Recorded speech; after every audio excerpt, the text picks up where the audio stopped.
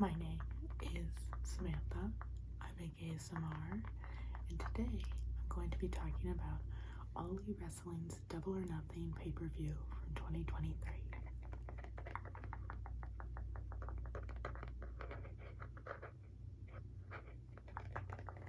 So, if you haven't seen one of these before, I focus a lot on the outfits, a little on the story, and almost zero on the actual match. Just kidding. But I talk a lot about the outfits. So we're just gonna talk, say, do a little recap, and then what I thought about the match throughout it. So to start, we're in Las Vegas. Yay, Double or Nothing. I think that the stage looks cool. It's pretty much what they always do. There wasn't a lot of like extra decoration or anything. So we start with the buy-in, which is Ethan Page and the Guns versus the Hardys and Hook. Ethan Page and the Guns are all in blue and white, which I really like. I thought they were good colors. Colton is in that little like circle mirror super crop jacket that he wears, which I really like. And then Austin is in white fringe chaps, which I also love. And then Ethan is in his usual gear, just baby blue and white. Again, I think it was a good color, so they should do that again.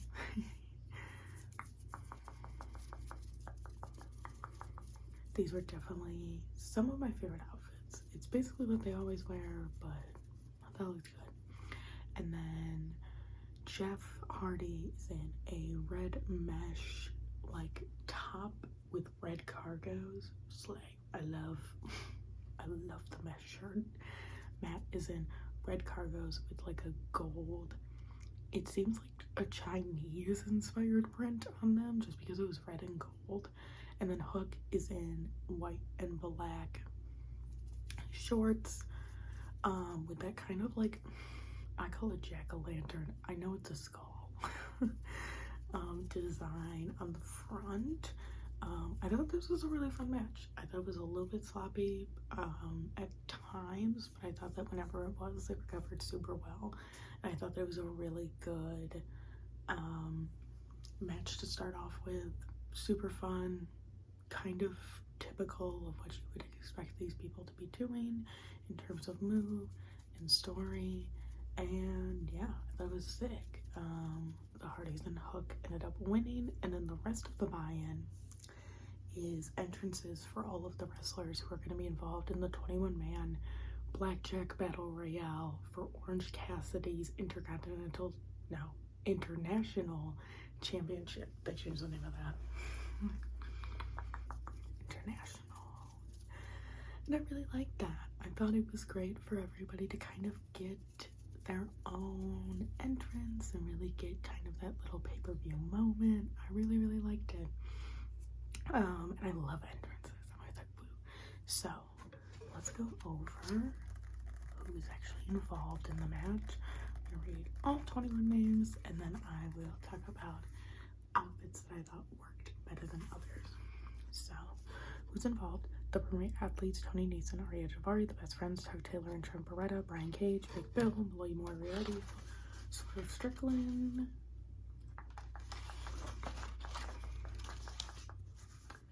Ricky Starks, the Lucha Brothers, Penta El Cerro Miro, and Ray Phoenix, Commander, the Bullet Clubs is Juice Robinson and Switchblade Jay White, Keith Lee, the Butcher and the Blade, Kip Sabian, Bandito, Dustin Rhodes, and Orange Cassidy. So again, love that everybody got their own entrances. And then I think the standout, Brian Cage was dressed as Zangief. Super simple, super effective. That was great. I looked at him and I went, oh, he's dressed like Zangief. Amazing. The Lucha Brothers had mini-me's and they were so cute. And I assumed that they were like their kids. And Penta's mini-me did a full cartwheel into the splits. I was screaming. My roommate was watching with me and she was like, oh my gosh. And I was like, I know, isn't that crazy? So I really ended up liking that quite a bit. Bright light. and I thought that was super fun. I honestly thought that Orange Cassidy was going to lose this one. Kind of thought that it was his to lose, because they've been selling like the shoulder injury and all of that kind of stuff, where I was like, okay, so this is kind of his title reign coming to an end.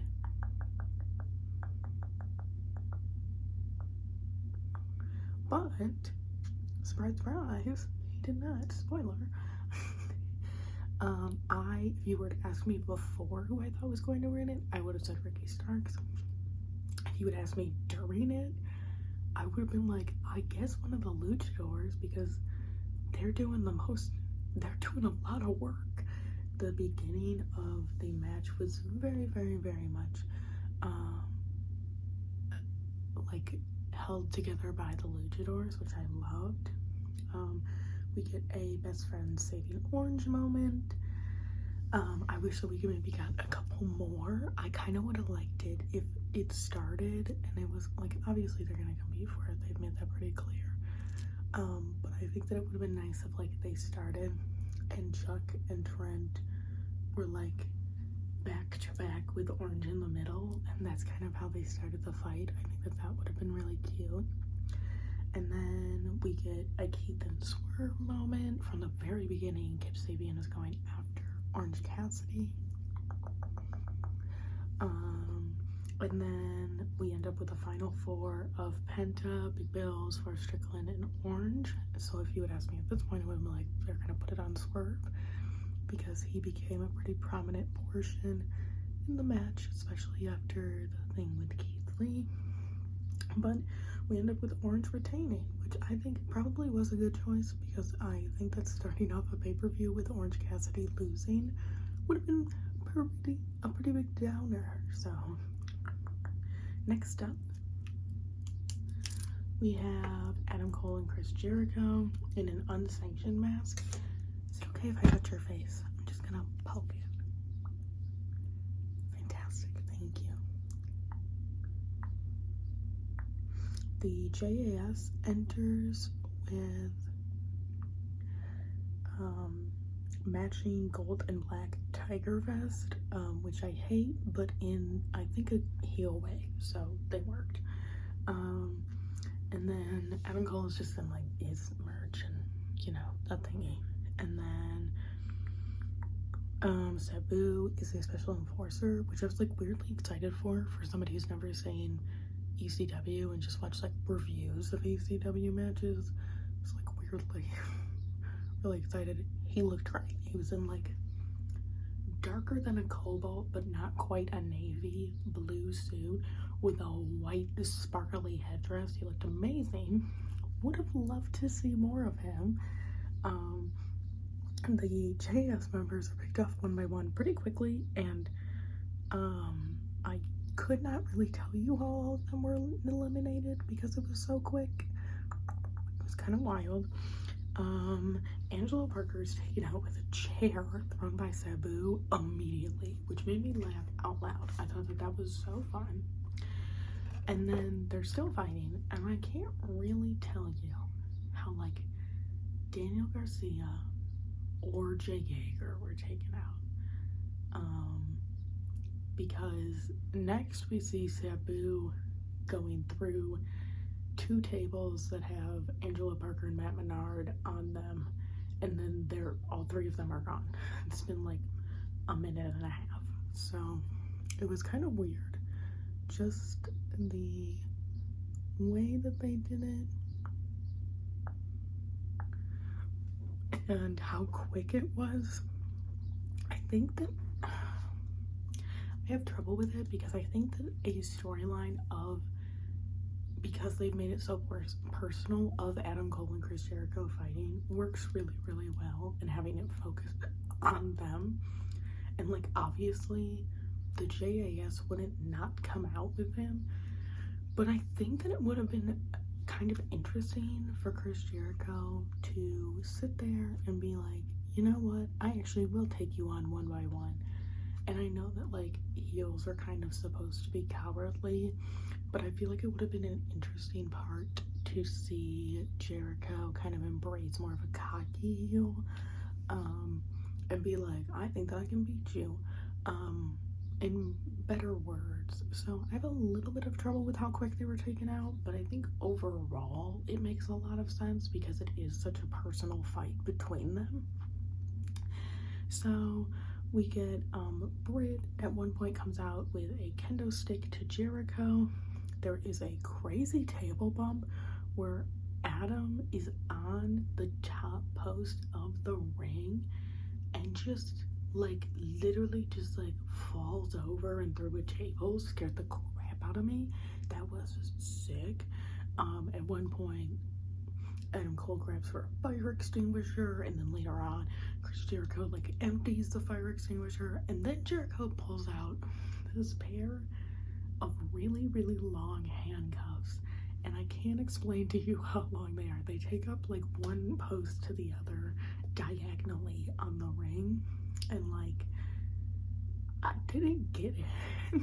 I guess like I get that like he handcuffed Adam Cole to the ring and then let Britt get beat up. I understand that part of it, but I don't understand why they were so long.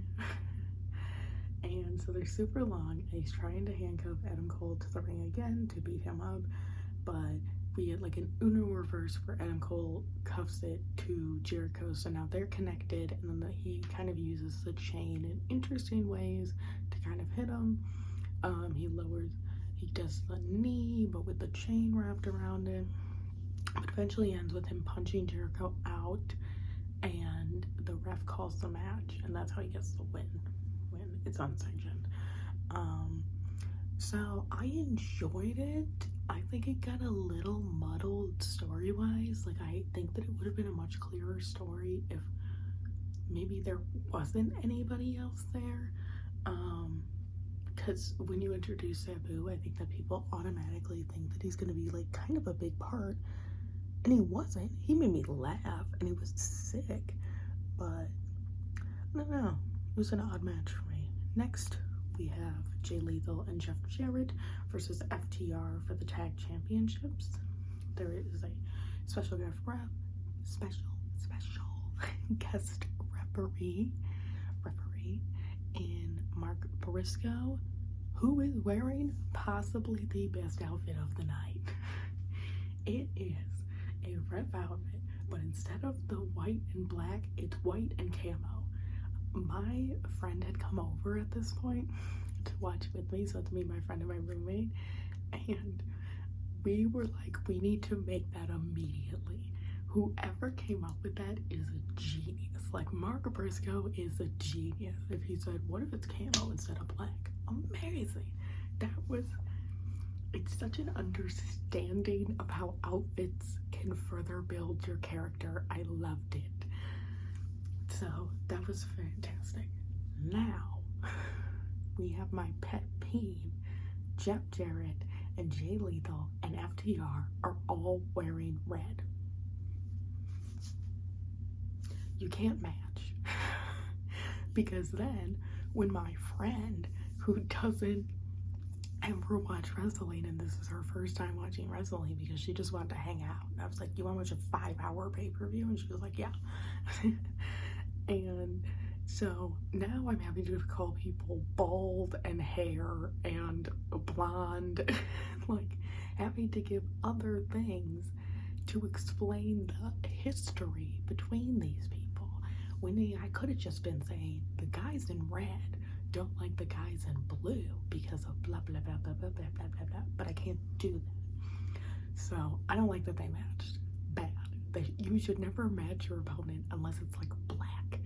But if you match, you have to have different silhouettes, but they like all wear trunks except for Jeff Jarrett, so it's not that different. So boo to those outfits. Bad. Don't think it was good.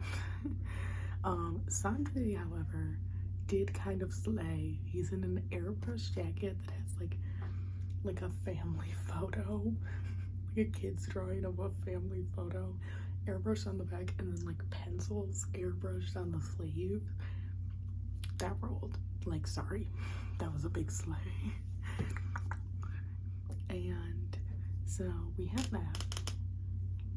It's all weird.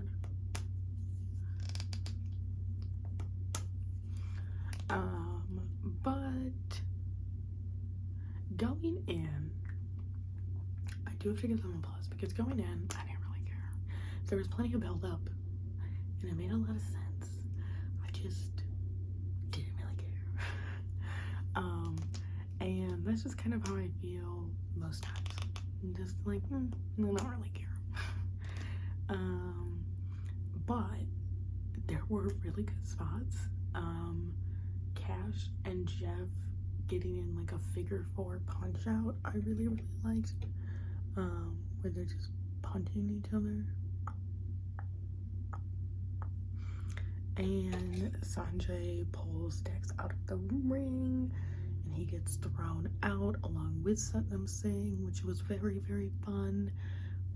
Lots of like fun moments. Jeff hits Mark with a guitar, so it was not an accident, so we can't count the fall when Jeff gets covered. Then Aubrey runs in as a replacement ref, and she gets hit by Jeff Jarrett's wife, whose outfit was fantastic. It's like a fringe jewel red jumpsuit. Good job, Queen. I think her name's Karen. I don't know if that's right. So sorry. And so she gets hit with a guitar. That made me laugh. And she hits her so hard that she falls over. And I know that that wasn't planned, but I was like, that was some emotion behind that hit, which I love. We get a double lethal injection to FTR, which my friend thought was the coolest move in the world. And when I go, guess what it's called? She's like, what? I go, the lethal injection. She was like, that is so sick. So like, that move does always, I'm always like, ah. And FTR ends up winning and retaining their titles. So even though I didn't really care that much about it going in, it ended up great, which I should remember, because honestly, most times that FTR wrestles, I'm like, this is a great match, I'm having so much fun. And honestly, most of the time that Jay Lethal wrestles, I go, this is so fun, I'm having a great time. We got to backstage. Ricky is talking, and then Juice Robinson and Jay White end up coming in and beating him out, and FTR runs them away, which I think is an interesting combination. So I'm excited to kind of see if that was just a one-time thing, or if maybe them and Ricky might have something. Then we get Christian Cage versus Wardlow in a ladder match. The sleeveless turtleneck will always be funny. And both my roommates thought it was funny. Fantastic. And then Luchasaurus looks killer. He's in the red and black, and it just worked so well. It was great. And then Wardlow is in purple, green, and black. I also really like that. I thought that that was good. See how they're both wearing black? A black sleeveless turtleneck and a black onesie, and it doesn't matter because they're two different silhouettes. I'm still mad about that. So the match starts. Wardlow comes off as fearless in this match. This was I don't know if other people felt this way, but this built Wardlow up so well as a star to me in my mind. Like, he looks so strong. There were big wows where like Wardlow is off the top onto like the top of a ladder, and he's standing there and he does this, and it's fantastic. And he goes off the top of that onto Luchasaurus, who's on a table, and they go through. There were other standouts where like there were a lot of back bumps onto ladders, and that was like, that looks like it hurts so bad. There's like, oh, I hate when they do this though, like that, like, oh, when they're on the ladder and they're reaching for the title, and then the guy pushes the ladder over, and then they like jump. I hate that. That scares the crap out of me. But Wardlow looked amazing in this match. I don't feel like I saw a lot of people talking about this match, like, post-match. But, like, I thought it was great. Like, I don't know. I had so much fun watching this. And Wardlow, like, I think it's literally a size thing. Like, because when Darby Allin jumps off of a ladder, you're like, that's insane. But he's like 90 pounds. Is that insulting? I don't mean that to me. And you're like, yeah, like, that's what the, you know, little guys do. They, like, jump around. And since Wardlow is, like, so large, it's like, this is crazy. Like, oh my gosh, I can't believe he's doing this. Like, I was, like, yelling the entire time. We get a spot where Arn Anderson runs in and bites Luchasaurus's finger. And he pulls it out and it's covered in blood and it's so gross. It's like gross. And so we don't really know like where it came from. And then we get Wardlow who accidentally bends a ladder because it like he like moves it so far, so he tries to climb it like bent and he can't.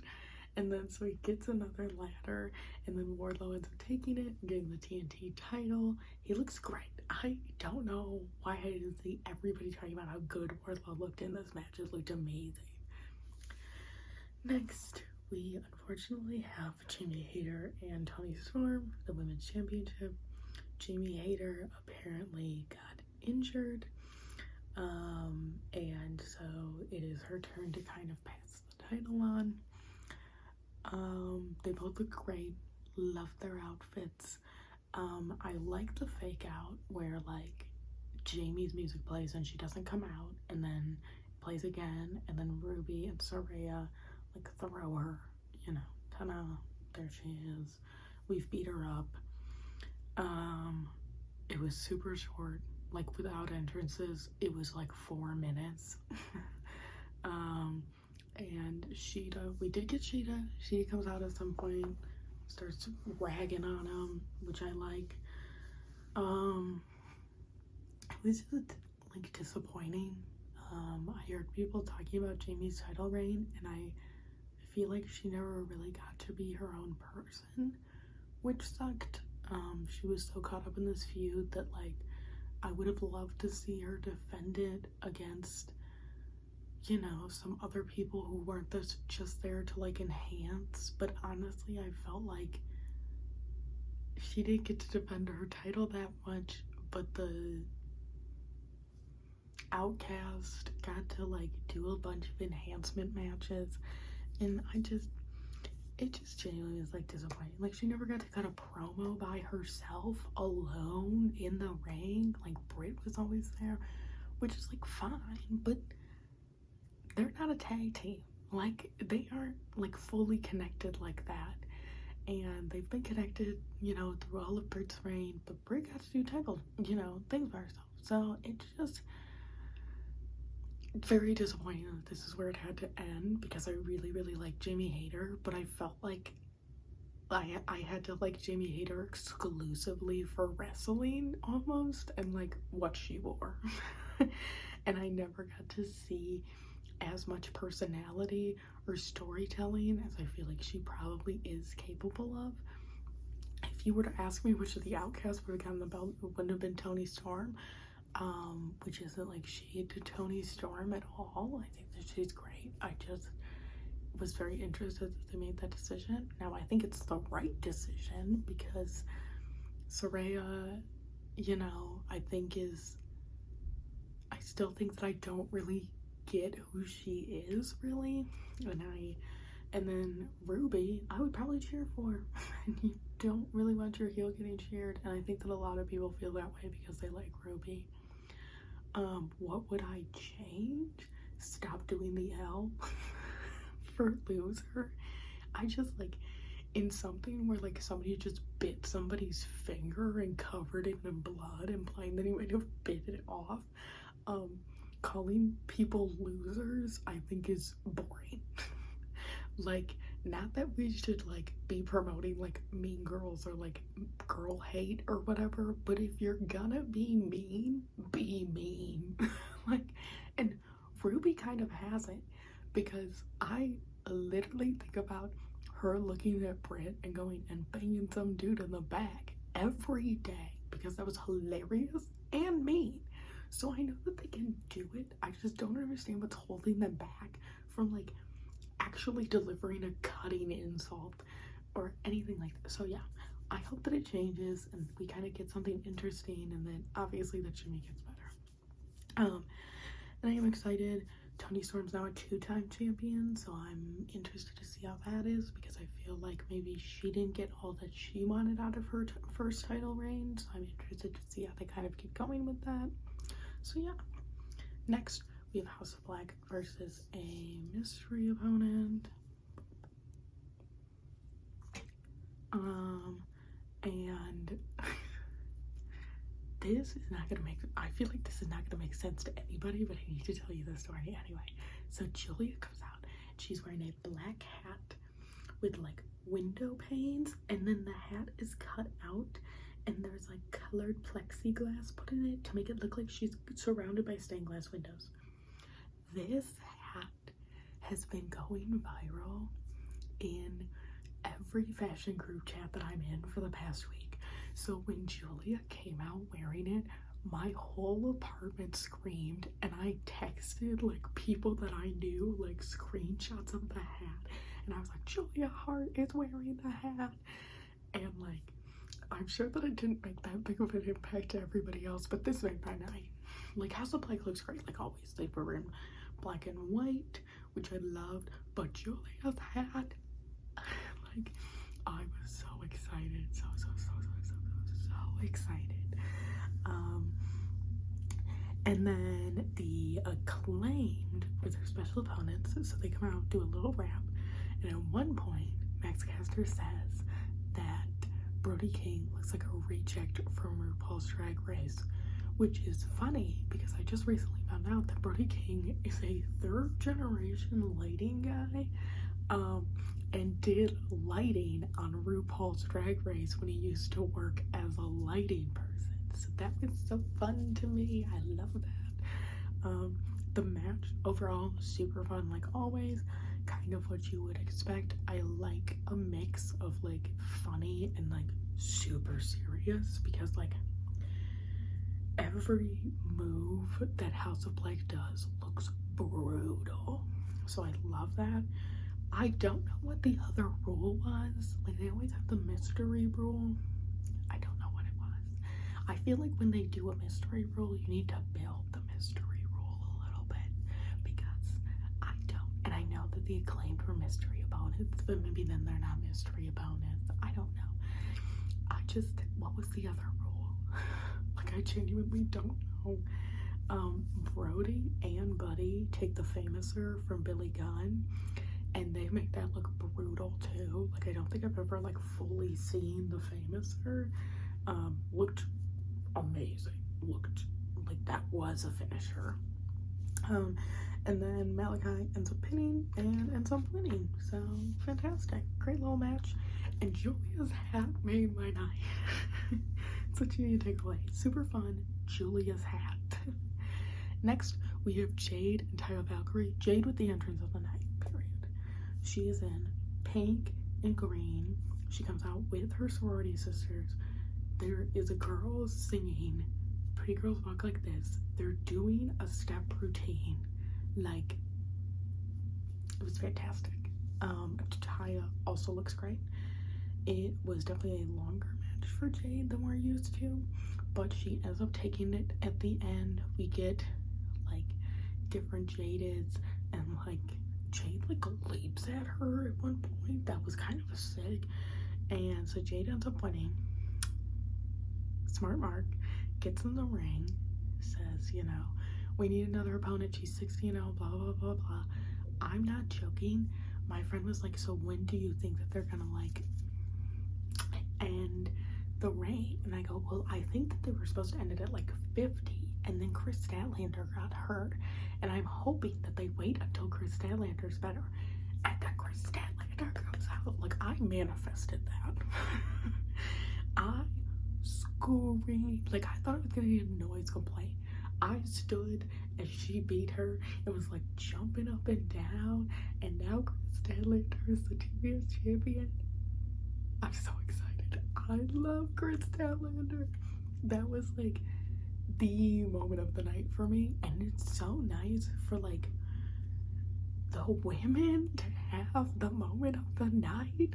Like, I don't know if other people agree. That was my moment of the night, and hopefully it was yours, because that was sick. That was so cool, and we have been waiting for it. So I was super excited about that. Next, we have Brett Light. Next, we have the Four Pillars match with Darby Allin, Jungle Boy, Sammy Guevara, and MJF. Jungle Boy is a pretty regular entrance. I like his little green trunks. Darby makes a little video where he's at a Vegas wedding chapel getting married to MJF with an Elvis impersonator as the officiant, and then he arrives and he like beats up MJF, and Darby comes out to the ring in like a half skeleton, half Elvis jumpsuit. I love that. I wish he would have wrestled in it. I thought it was great. That was a very good outfit. Then Sammy comes out with Ty Mello, and they announce via cue cards that Ty is pregnant, which is wonderful. I'm still not the biggest Sammy fan. The redemption story from the TV show, I think, is working. But I am genuinely very glad that they did it. They announced it at this time, and you know, they got cheers. And there weren't boos, because that would have been super mean. And then Max comes out. The whole arena is dark. And he is on a throne that is like on a pole, like 15 feet in the air. And he is wearing the devil mask. He's wearing a yellow version of his little robe with the Burberry, and then he slowly comes down on the throne, and then there's a bunch of girls in like Venetian masks grabbing at his feet, and then he's in yellow and red trunks. I like the yellow. I thought it worked. It was such a good entrance. Like, the throne kind of slayed. And then for the match, this was probably the best match of the night in terms of wrestling and storytelling, I think. Sammy ended up looking really good. They did like a 4-way submission that I just think was so sick. Like, I was explaining it to the people that I was watching with. I feel like they're all trying to get them to submit. They were like, oh, got it. And I'm like, and then Max is like selling every move, like in like kind of a funny way, but in also a way that's just entertaining. He goes for the belt, and then it gets taken away from him, and Jungle Boy has it, and Jungle Boy is looking at Darby, and we're trying to figure out if Jungle Boy is going to hit him with the belt and like cheat, and he ends up tossing it away because he has a good conscience, because he's a good guy. And Max ends up winning because he sandwiches the belt onto Darby, now Jungle Boy, who's on the ground, and Darby, who coffin drops onto him, and then he pins Darby with a side headlock takeover and retains. It was very good storytelling. I thought it ended up really well. Logistically, I'm glad that it went on before Anarchy in the arena, and I left Anarchy in the arena happy, but I will talk about Anarchy in the arena because it made me anxious. But yeah, that was super fun, really good, executed super well. So next we have the Blackpool Combat Club versus the Elite in the Anarchy in the arena. Kenny is in white, so you know he is going to bleed or get bled on, which I love. Always a good choice. The Young Bucks look great. They're in like their little jackets that have the gold sleeves, and then they got like a little slot machine on the back. They look fantastic. Hanger looks great. He's got little butterflies on his jeans and the eye patch. And then the Blackpool Combat Club comes in wearing all of like matching denim vest. Yuta needs one that's a size smaller, I think. I think it was too big. But that's okay. They start the match while Blackpool Combat Club is still descending the stairs, and they have like a live band playing Wild Thing. So they're still playing as it starts, and they are all in 4 different directions. So the camera keeps cutting back and forth, and the band's playing. And I know it's supposed to be like anxiety inducing or like seem like a lot, but oh my gosh, it freaked me.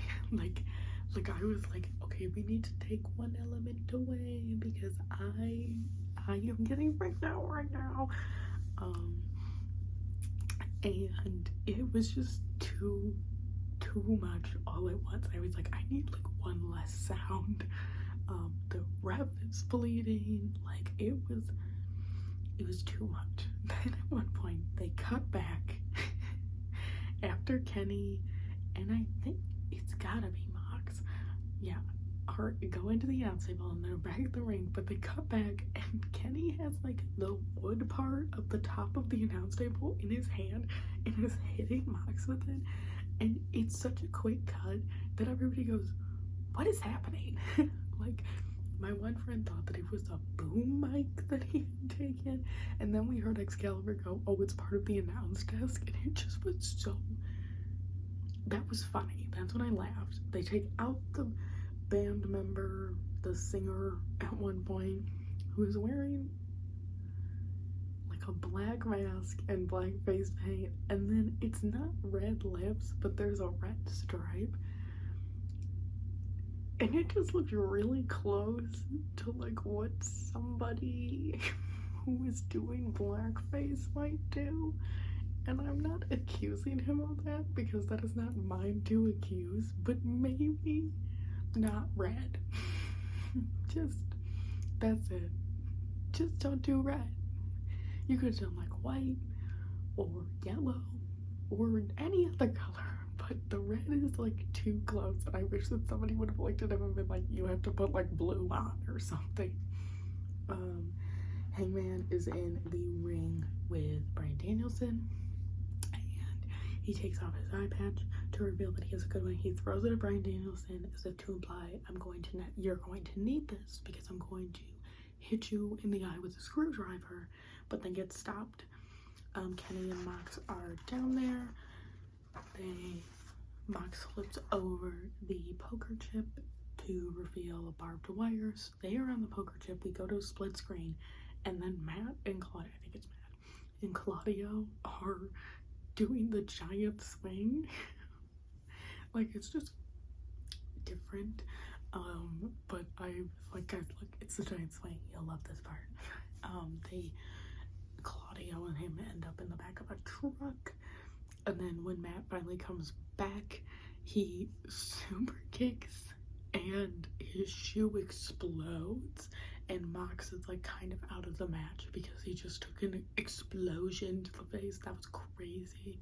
Then they take the shoe off and Matt gets his, it's so gross, Matt gets the heel of his foot put into thumbtacks, and at that point was when I had to tell the people that I was watching with when to open and close their eyes, because like that, whoa.